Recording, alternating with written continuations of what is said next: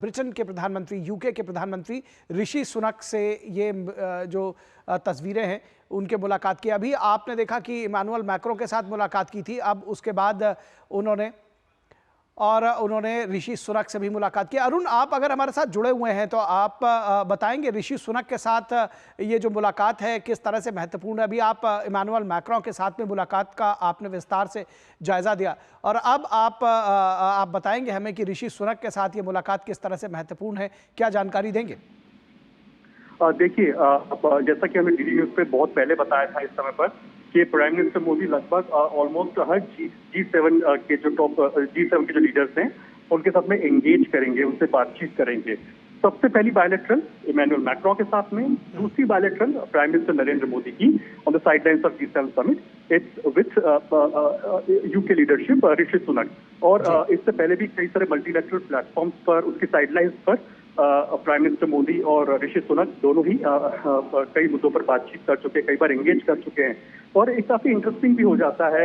इस लिहाज से भी क्योंकि जहां तक यूके की बात आती है, भारत यूके संबंधों की बात आती है, ह्यूमन रिसोर्स बहुत ज्यादा फोकस में रहता है। जो free movement of skilled man power या ह्यूमन रिसोर्सेज, जो वीजा इश्यूज होते हैं उनकी अगर बात की जाए तो ये तमाम चीजें होती हैं जो डोमिनेटिंग रहती हैं। लेकिन हाँ, जैसा कि मैंने आपको बताया कि मोदी 3.0 के अंदर प्राइम मिनिस्टर मोदी ये पहली फॉरेन विजिट, और उसके अंदर भी प्राइम मिनिस्टर मोदी जो वर्ल्ड के जो टॉप लीडर्स हैं, जो डेवलप्ड इकोनॉमी के लीडर्स हैं, जो पावरफुल ग्रुपिंग है G7 की, उनके जो टॉप लीडर्स हैं उनसे इंटरेक्ट कर रहे हैं, इंगेज कर रहे हैं।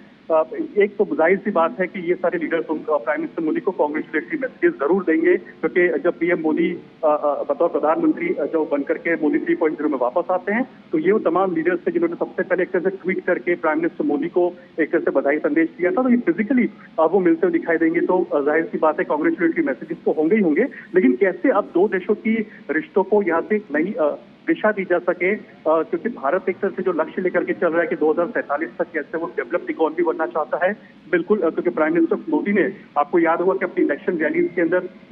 लगभग हर जगह यही बोला था कि हम 2047 के लिए 24/7 काम कर रहे हैं, यानी कि 24 घंटे देश को आर्थिक महाशक्ति बनाने के लिए हम लोग 2047 तक टारगेट कर रहे हैं, उस दिशा में काम कर रहे हैं। तो ऐसे में भारत को आत्मनिर्भर बनना है और मेक इन इंडिया को बूस्ट देना है। तो फोकस इसी बात पर रहेगा कि कैसे जो मैसिव जो कंपनी, जो बड़ी बड़ी कंपनी है वो भारत में आके निवेश कर सके, भारत में जो निवेश के द्वार हैं उनको खोला जा सके। यूके की मैसिव बहुत सारी कंपनी है जो कि ब्रिटिश कंपनी है, जो कि भारत में उनके एस्टैब्लिशमेंट्स हैं, मोर देन 100 जो बड़ी कंपनी है जो भारत में ऑलरेडी एस्टैब्लिश्ड है। और भारत की यही कोशिश है कि कैसे इन इन्वेस्टमेंट्स को बढ़ाया जा सके, रेड कार्पेट रोल किया जा सके इन इन्वेस्टर्स के लिए, बिजनेस कम्युनिटी के लिए जो कि यूके के हैं, जो कि भारत में आकर के अपनी कैपेसिटी को बढ़ा सके। तो भारत का जो फोकस रहेगा अब आगे जाते हुए वो सोलर एनर्जी के ऊपर बहुत मैसिवली रहने जा रहा है। तो प्राइम मिनिस्टर मोदी कह चुके हैं कि देश में मुफ्त बिजली हो, सोलर से बिजली हो, सरकार को वापस से बिजली बेच सके, इस तरह के रोड मैप को बनाना चाह रहे हैं। इसमें जो डेवलप्ड इकोनॉमीज है,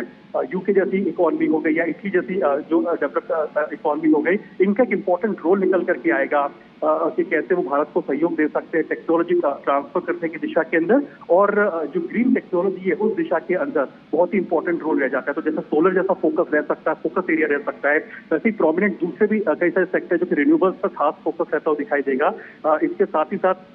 जो दोनों देशों के रिश्ते हैं वो ह्यूमन रिसोर्स के ऊपर भी फोकस करते हुए दिखाई देंगे, कैसे स्टूडेंट्स के लिए इजी हो यूके में जाना, वहाँ पे स्टडी को गेन करना। तो ये तमाम सारे मुद्दे जो कि कहीं ना कहीं डोमिनेट करते हुए दिखाई दे सकते हैं। लेकिन हाँ,